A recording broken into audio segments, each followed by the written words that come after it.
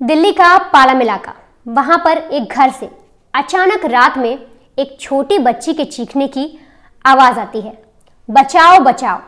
तभी पड़ोस में रहने वाला लड़का उस घर के दरवाजे तक जाता है और देखता है कि उसी घर के पीछे वाले रास्ते से एक लड़का भाग रहा है। वो फौरन जाकर उसे पकड़ लेता है और फिर इस पूरे प्रकरण के बारे में पुलिस को इत्तला की जाती है। अब पुलिस मौके पर आती है। जैसे ही पुलिस उस घर का दरवाज़ा खोलती है, उसके रोंगटे खड़े हो जाते हैं। उस घर में हर तरफ बस खून ही खून था। बाथरूम से लेकर बेडरूम तक हर जगह सिर्फ खून। पुलिस देखती है कि बाथरूम में एक दंपति की लाश पड़ी है, बेडरूम के फर्श पर एक छोटी बच्ची की लाश पड़ी है और बेडरूम में जो बेड रखा है उस पर एक बूढ़ी दादी की।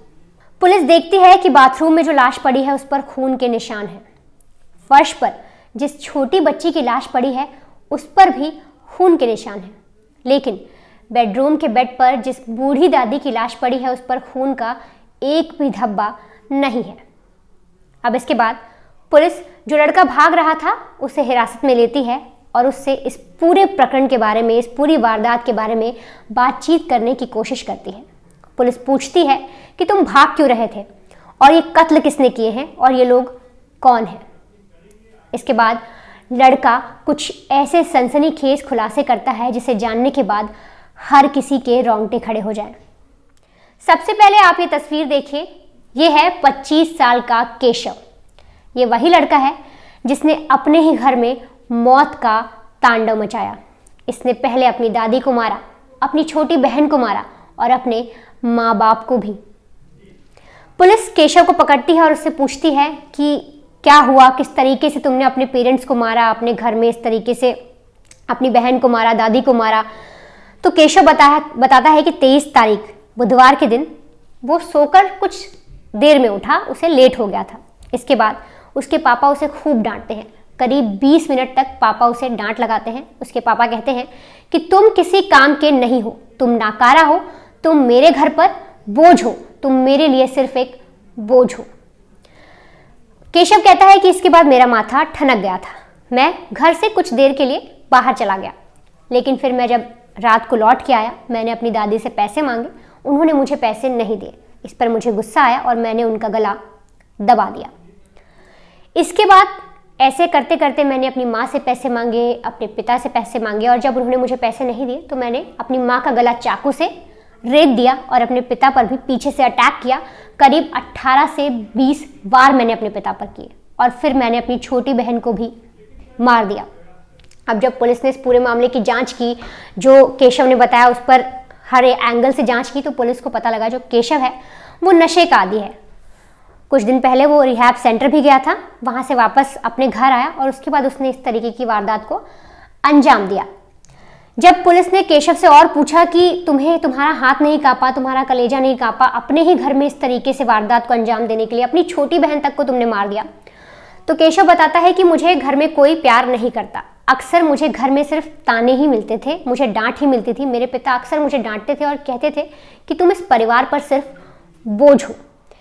केशव ड्रग एडिक्ट था, साथ ही वो गांजा का सेवन भी करता था। उसने अपने दोस्त भी ऐसे बना रखे थे। आपको बता दें कि कुछ साल पहले केशव गुजरात में नौकरी करता था। ठीक ठाक नौकरी थी, लेकिन वहाँ पर भी उसे चोरी के इल्ज़ाम में जेल में रहना पड़ा था। सामने ये भी आया था कि उसने कंपनी के कुछ डॉक्यूमेंट्स के साथ छेड़छाड़ की, जिसकी वजह से उसे जेल में डाल दिया गया। एक नई बात पुलिस को ये भी पता लगी कि उसकी गर्लफ्रेंड भी रह चुकी है। एक गर्लफ्रेंड थी केशव की, जिसका केशव से ब्रेकअप हुआ, लड़की उसे छोड़कर चली गई और केशव पूरी तरीके से टूट गया। अब इस मामले में गर्लफ्रेंड वाले एंगल पर केशव ने पुलिस को बताया कि जब मेरी गर्लफ्रेंड से ब्रेकअप हुआ, हम दोनों अलग हो गए, तो मैं पूरी तरीके से निराश हो गया था, मेरी उम्मीद टूट गई थी। लेकिन तब मेरे परिवार वालों ने मेरा साथ नहीं दिया, किसी ने भी मुझे सपोर्ट नहीं किया, उन लोगों ने मुझे ही ताना मारा, यहाँ तक कि ये भी कहा कि तुझ में ही कोई कमी है, इसीलिए तुझे छोड़कर चली गई। कुल मिलाकर केशव का कहना है कि घर में उसे किसी भी तरीके का प्यार नहीं मिला, इस वजह से वो नशे का आदी हुआ। जब उसकी गर्लफ्रेंड भी उसे छोड़कर चली गई, फिर धीरे धीरे उसके परिवार वालों ने उसका नशा छुड़ाने के लिए उसे रिहैब सेंटर भी भेजा, लेकिन वहाँ से आने के बाद भी उसे सिर्फ ताने ही मिले।